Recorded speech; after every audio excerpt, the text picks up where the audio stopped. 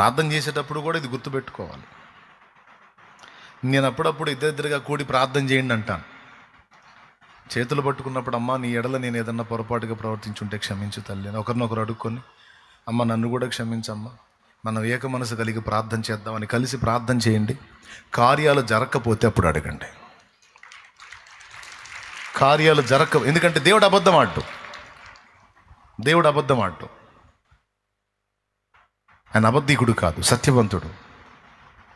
ఇద్దరు ఏకీభవించి అడగండి, నేను చేస్తాను అన్నాడు. ఇద్దరు ముగ్గురు నా నామంలో కరెక్ట్గా ఏక మనసు కలిగి ఉండండి, అక్కడ నేను ఉంటానన్నాడు. అందుకే సాతాను ఎప్పుడు కూడా మన మనస్సులోని వేటాడుతూ ఉంటాడు. ఇతరుల ఎడల మనకి సద్భావం ఉండకుండా, ఏక మనసు ఉండకుండా ఇతరుల ఎడల లోపాలు చూపిస్తూ ఉంటాడు. విచిత్రం చెప్పనా, మన రంధ్రాలు మనకు కనపడవు, మన తప్పులు మనకు కనపడవు, మన లోపాలు మనకు కనపడవు. ఏ పొద్దు వాళ్ళు తేడా, వీళ్ళు తేడా, వాళ్ళు తేడా, ఇంటి వాళ్ళు తేడా, బయట వాళ్ళు తేడా, పక్క వాళ్ళు తేడా, ఇటు పక్క వాళ్ళు తేడా, మొత్తం తేడా, నేను ఒక్కదాన్ని పర్ఫెక్ట్. వాడు తేడా, వీడు తేడా, వెనకోడు తేడా, ముందోడు తేడా, చుట్టుపక్కల ఉన్న వాళ్ళు మొత్తం తేడా, నేను ఒక్కడే పర్ఫెక్ట్ అనే దరిద్రగొట్టు మనసు మనలో పుట్టేటట్టు వాడు చేస్తుంటాడు. వాడు సైతానుగాడు. మరి ఏక మనసు ఎట్లా రావాలి? ఎప్పుడొచ్చిందో తెలుసా?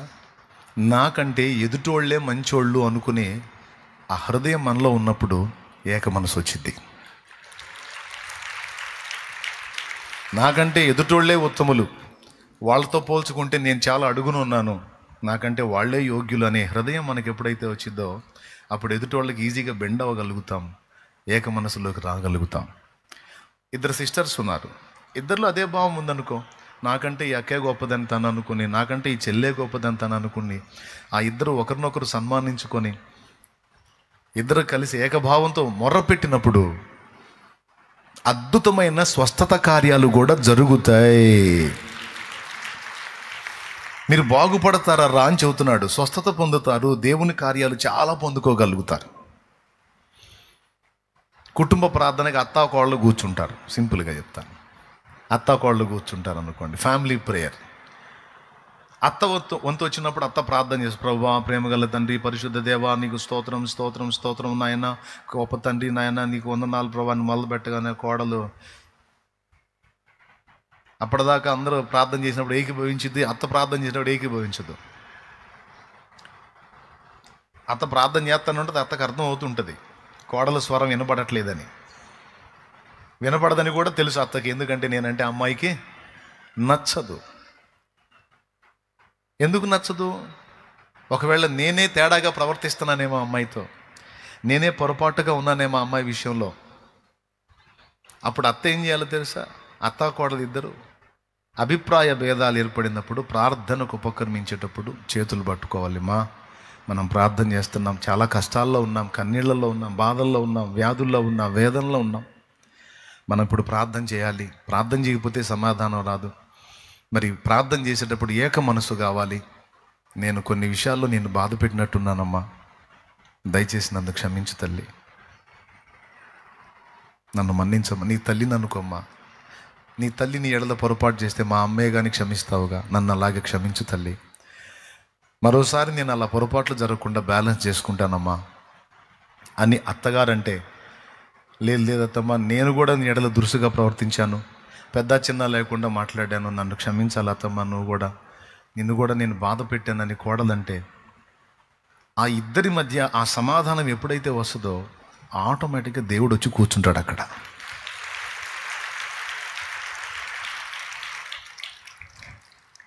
నిజం, అంత మంచి మనసున్న అత్తగోడలు ఎక్కడున్నారు?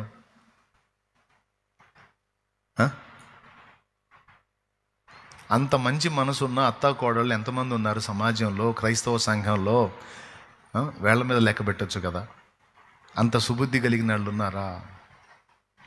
కోడలు అంటది, నువ్వు చెప్పినట్టు నేను ఒప్పుకున్నా, ఆ మనిషి పోనీలేమ్మా అనే టైపు కాదు, ఇంకా 4 తిట్టిద్దన్నావు, నువ్వు ఒప్పుకోమంటున్నావు కదా, ఇంకా 4 తిట్టి 4 చెప్పిద్ది అని కోడలు అంటది.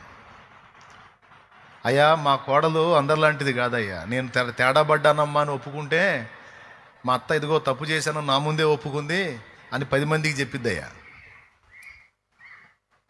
అని ఇలా 24 చెప్పుకొని అసమాధానంతోనే బతికేస్తారు. ఆవేదనతో, కష్టాలతో, కన్నీళ్లతో, దుఃఖంతో, పరమునకు చేరని ప్రార్థనలు చేసుకుంటూ ఫలాలు లేని బ్రతుకులు బ్రతుకుతూ ఉన్న కుటుంబాలు నా తల వెంట్రుకలన్నీ. నేను చెప్పినట్లు అలాంటి సమాధాన హృదయం కలిగినటువంటి వాళ్ళని చూడండి మీరు.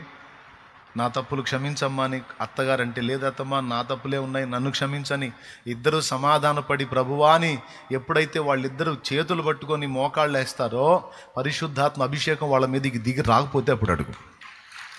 అభిషేకంతో నింపబడి పరిశుద్ధాత్మ కొమ్మరింపును అనుభవించి వాళ్ళ ఆత్మలో ప్రార్థన చేయటం మొదలు పెడతారు. అలాంటి హృదయాలను సాధన చేయాలి ప్రియులారా. మనం బ్రదర్స్ కూడా, పురుషులు కూడా ఖచ్చితంగా బ్రదర్ నీ ఎడల నేను పొరపాటు పడ్డాను, నేను క్షమించు బ్రదర్ అని తగ్గింపు, దీన మనసు కలిగి ఒప్పుకోను. లేదు బ్రదర్ నీ ఎడల నేనే పొరపాటుగా ఉన్నానేమో, సారీ బ్రదర్ నన్ను క్షమించాలి నువ్వు, మన ఇద్దరం కలిసి దేవుని క్షమాపణ అడుగుదాం అని క్షమాపణ అడుక్కొని ఇద్దరు కలిసి ప్రార్థన చేయండి. అది కుటుంబమైనా, సంఘముల్లో అయినా, సమాజంలో అయినా ఏ కార్యాల కోసం మన మోకాళ్ళలోని మొర్ర పెట్టామో ఆ విషయంలో స్పష్టంగా దేవుడు సమాధానమిస్తాడు. అభిషేకం కొమ్మరింపబడిద్దని చెప్పాను నేను. ఏ మాటను బట్టి చెప్పానో తెలుసా? వారు కూడి ఏకీభవించి ప్రార్థించగా పరిశుద్ధాత్మ వారందరి మీదకి నిండెను, పరిశుద్ధాత్మతో వారు నిండిన వారై అనుంది.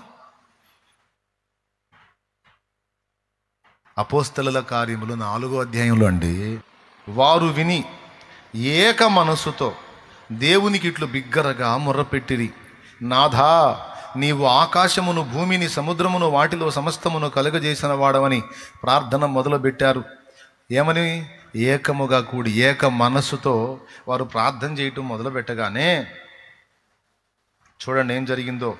31వ వచనం, వారు ప్రార్థన చేయగానే వారు కూడి ఉన్న చోటు కంపించెను. వారు ఈ విధంగా ప్రార్థన ఏక మనస్సుతో వారు కలిసి ప్రార్థించగానే వారు కూడి ఉన్న చోటు కంపించారంటే వాళ్ళు ఉన్న ప్రదేశంలో ఒక భూకంపం లాగా వచ్చింది.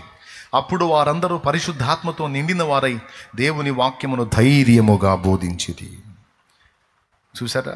అందుకు చెప్పానన్నమాట, ఇద్దరు ఏకీభవించి ఒకరి దోషాలు ఒకరి ఎదురు ఒప్పుకొని క్షమాపణ పొందుకొని దేవునికి మొర్రపెట్టినప్పుడు దాన్ని ఏక మనస్సు అంటారు, ఏకాత్మ అంటారు, ఏకభావం అంటారు.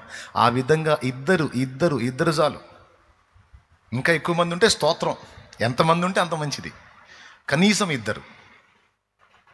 ఇద్దరు ఏకీభవించి ఏక మనసుతో, ఏకాత్మతో, ఏకభావంతో. నీ ఇంట్లో పేషెంట్ ఉన్నాడా? మంచంలో పండుకొని ఉన్నాడా? చావుకు దగ్గరలో ఉన్నాడా? నేను చెప్పినట్టు నువ్వు ఒప్పుకొని ప్రార్థన చేయి. కుటుంబ సభ్యులు మోకాళ్ళుని మొర్రపెట్టండి ఆ ఏక మనసుతో. ఎందుకు లేవడో చూద్దాం. దేవుని మాట అబద్ధం అయిపోతే తప్ప, దేవుని మాట సత్యమైతే తప్పకుండా ఆ వ్యక్తి లెగుస్తాడు. ఎందుకంటే అనేక చోట్ల దేవుడు జవాబిచ్చున్నాడు ఈ విషయంలో. దేవుని మాట అబద్ధమైద్దా? ఎట్టి పరిస్థితుల్లో అబద్ధం కాదు. కానీ కుటుంబాల్లో ఒక పక్కన దారుణాలు జరుగుతూ ఉంటాయి, వేదనను అనుభవిస్తూ ఉంటారు, అప్పుల పాలై ఉంటారు, ఆర్థిక సమస్యలతో నలుగుతుంటారు, పిల్లలు చదివి ఉంటారు, ఉద్యోగాలు రావు, ఎగ్జామ్స్ రాస్తారు, ఫెయిల్ అవుతూ ఉంటారు, ఇంటర్వ్యూలకు వెళ్తారు, సెలెక్ట్ అవ్వరు, వ్యాపారాలు మొదలు పెడతారు, దరిద్రంతో అల్లాడుతారు, పొలం వేస్తారు, అప్పుల పాలవుతారు, అన్ని రకాలుగా చితికిపోయి ఛిద్రమైపోతారు. కానీ గుండెల్లో ఉన్న అహం అనే కొవ్వును మాత్రం కరగనీరు. పచ్చిగా చెప్తున్నాయో అనుకోవద్దు. ఒక పక్క చితికి ఛిద్రమైపోతారు కానీ అహం అనే కొవ్వును మాత్రం కరగనీరు. నాశనం అయిపోతున్నా సరే ఆ గుండెల్లో, పాషాణ గుండెల్లో ఆ దీన మనసు రాదు, ఆ అహం కరగదు. నేను చెప్తున్నా, అవతల వాళ్ళను లొంగదీయాలంటే ఫస్ట్ నువ్వు గ్రహించాల్సిన విషయం చెప్తున్నాను. అవతల వాళ్ళ దగ్గర నుంచి ప్రేమను పొందాలి అంటే నువ్వు ప్రేమనే పెట్టుబడిగా పెట్టాలి. నువ్వే ముందు ప్రేమ చూపటం మొదలు పెట్టాలి, నువ్వే తగ్గించుకోవటం మొదలు పెట్టాలి, నువ్వే దీన మనసు కలిగి విరిగిపోవటం మొదలు పెట్టాలి. నువ్వు ఎప్పుడైతే తగ్గించుకుంటావో, విరిగిపోతావో, వినయంతో ఉంటావో, ప్రేమ చూపటం మొదలు పెడతావు, ఆటోమేటిక్గా ప్రేమను ఉత్పత్తి చేసిద్ది. ప్రేమకున్న లక్షణం అది. ప్రేమను ఉత్పత్తి చేసిద్ది. అఫ్ కోర్స్ కొంచెం టైం తీసుకోవచ్చు, కానీ ఉత్పత్తి అయ్యిద్ది. పెరిగిపోయి అహంకారాలు పెరిగిపోయి సైతాన్ రెచ్చగొట్టిన రెచ్చగొట్టుళ్ళకి అందరికీ టన్నులు అనకూడదు, నేను కొవ్వు పెరిగినట్టు అహం పెరిగిపోయింది. ఎక్కడ వచ్చిందండి ఏక మనసు? కుటుంబాల్లో ఒక పక్క నాశనం అవుతున్నా సరే ఏక మనసు రాదు. ఎందుకంటే ఎవరు తగ్గించుకోరు, అందరందరే గర్వహృదయులు, అహంభావులు. మరి ఎట్లా బాగుపడతాయి కుటుంబాలు? శాపంతోనే ఉంటాయి. మళ్ళీ ఇంటికి బయట బోర్డు ఏమని పెడతారు తెలుసా? యేసుక్రీస్తు ఈ గృహమునకు అధిపతి. యేసుక్రీస్తు ఈ గృహమునకు అధిపతి అని బయట బోర్డు పెడతారు. అలాగే యేసుక్రీస్తు అందరికీ ప్రభు అని బోర్డు పెడతారు. యేసుక్రీస్తు అందరికీ ప్రభు, కానీ ఆ కొంపకు మాత్రం ఆయన ప్రభువు కాదు. ఆ కొంపలో వాళ్లే ప్రభువులు, వాళ్లే రాజులు, వాళ్లే రాణులు. బయట బోర్డు మాత్రం యేసుక్రీస్తు అందరికీ ప్రభు, అంటే రోడ్డును పోయే వాళ్ళందరికీ ప్రభు, మాకు మాత్రం కాదు. యేసుక్రీస్తు ఈ గృహమునకు అధిపతి. యేసుక్రీస్తు నిజంగా గృహానికి అధిపతి అయితే గృహంలో సమాధానం ఉంటుంది కదా. కుటుంబానికి ఏక మనసు వచ్చినట్లు నువ్వే తగ్గించుకో. నీతో కూడా ఉన్నవాళ్ళు నీకు లోబడినట్లు వాళ్ళు నీతో ఏకీభవించినట్లు నువ్వే తగ్గించుకో. ఇప్పుడు వాళ్ళు మారాలన్నా, వాళ్ళు మారకుండా నేను మారి ప్రయోజనం ఏముంది అంటావు నువ్వు. కూటమి అయిపోయినాక నువ్వేమైనా సమస్య చెబితే అమ్మా నువ్వే తగ్గించుకో, ఫ్యామిలీతో సమాధానంగా ఉన్నట్టు వాళ్ళు మారాలన్నా నేను మారేదేముంది, నేను ఆల్రెడీ మంచిగానే ఉన్నా. కాదు, తప్పకుండా ప్రయత్నిస్తానన్నా, తప్పకుండా నేను చేస్తా, నేను విరిగిపోతా, నేనే తగ్గించుకుంటా, అవసరమైతే నేనే క్షమాపణ అడుగుతా, నేనే ఒప్పుకుంటా, నేనే సరిదిద్దుకుంటా, నేనే వాళ్ళని ఆకర్షించుకుంటా. నా కుటుంబంలో శాపం తొలగిపోఉన్నట్లు కనీసం ఒక్కరు నాతో ఏకీభవించేటట్టు నేను సిద్ధం చేసుకుంటా అనే మైండ్ నీకు ఉండాలి. నేను చెప్పినట్టు బ్రదర్స్, ఇదేదో కాసేపు టైంపాస్ కోసం చెప్తున్నాను అనుకోవద్దు. చాలా కీలకమైన విషయం మీకు అందిస్తున్నా. అలా కలిసి ఒకరి దోషాలు ఒకరితో ఒప్పుకొని ఒకరినొకరు క్షమాపణ అడుక్కొని దేవుని ముందు మీరు కలిసి కుటుంబం ప్రార్థన చేయటం మొదలు పెట్టండి. బ్రదర్స్ ప్రార్థన చేయటం మొదలు పెట్టండి. సిస్టర్స్ ప్రేయర్ చేయటం మొదలు పెట్టండి. స్వస్థతలే కాదు, దేవుని కార్యములు అనేకమైనవి నీవు స్వతంత్రించుకోకపోతే అప్పుడు అడుగు నన్ను. ఎందుకు రాదు నీ బిడ్డకు ఉద్యోగం? అరే లోకంలో ఉన్న అన్యులకి ఇస్తున్నాడు దేవుడు, నీ బిడ్డకి ఎందుకు ఇవ్వడు? ఎందుకు కాదమ్మా నీ కూతురుకు పెళ్ళి? ఎందుకు కాదు నీ కొడుకు పెళ్ళి? ఎందుకు పండదు నీ భూమి? ఎందుకు అభివృద్ధి చెందదు నీ వ్యాపారం? ఎందుకు ఆశీర్వదించబడవు? ఎందుకంటే అహం నిండిపోయి కలిసి ప్రార్థన చేసే కుటుంబాలే తక్కువ అయిపోయినాయి. అసలు కుటుంబ ప్రార్థనలు చాలా కుటుంబాల్లో లేవు. కారణం అహం.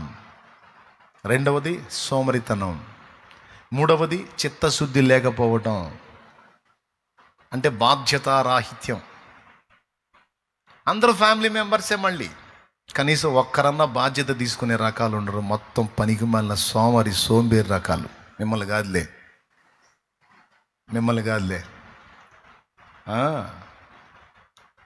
మళ్ళీ ఒక పక్క నాశనం అవుతూ ఉంటారు, ఒక పక్క శాపాన్ని అనుభవిస్తూ ఉంటారు, ఒక పక్క సిగ్గుతో తలదించుకుంటూ ఉంటారు, అవమానాలు అనుభవిస్తూ ఉంటారు. కానీ హృదయాల్లో మాత్రం మార్పు రాదు.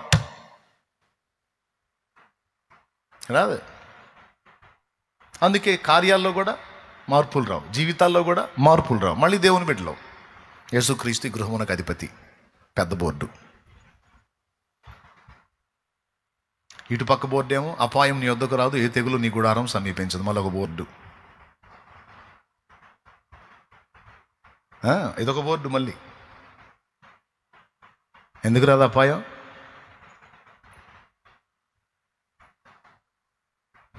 ఎంతమందికి అర్థమైందమ్మా? ఓ ప్రసంగంలాగా తీసుకుంటారా, లేకపోతే తీవ్రంగా తీసుకుంటారా? తీసుకొని నేను చెప్పినట్టు చేయండి ప్రార్థన.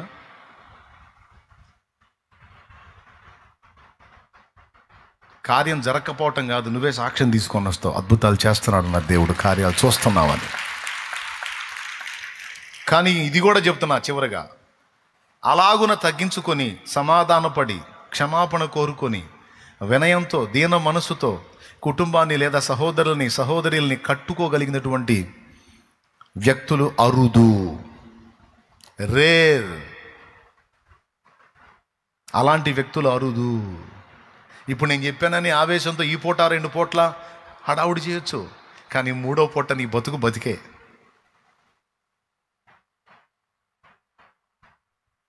అలా కాకుండా దీక్షభూను కార్యం ఎందుకు జరగదో చూద్దాం.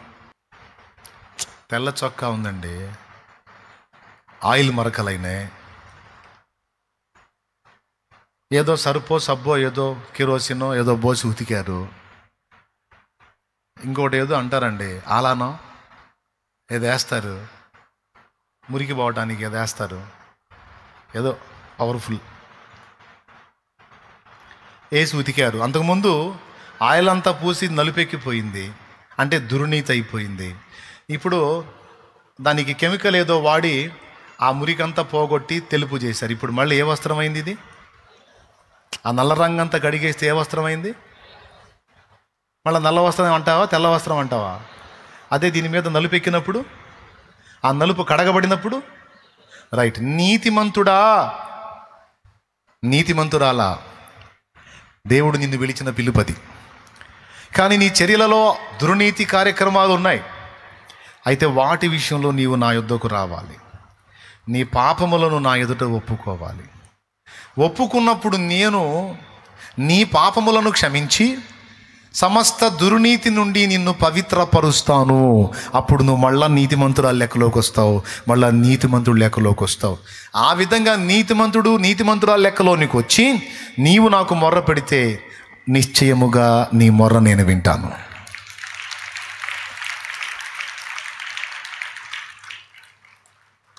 ఎంతమందికి అర్థమైంది? ఏలియా మన వంటి స్వభావం గల మనుషుడే.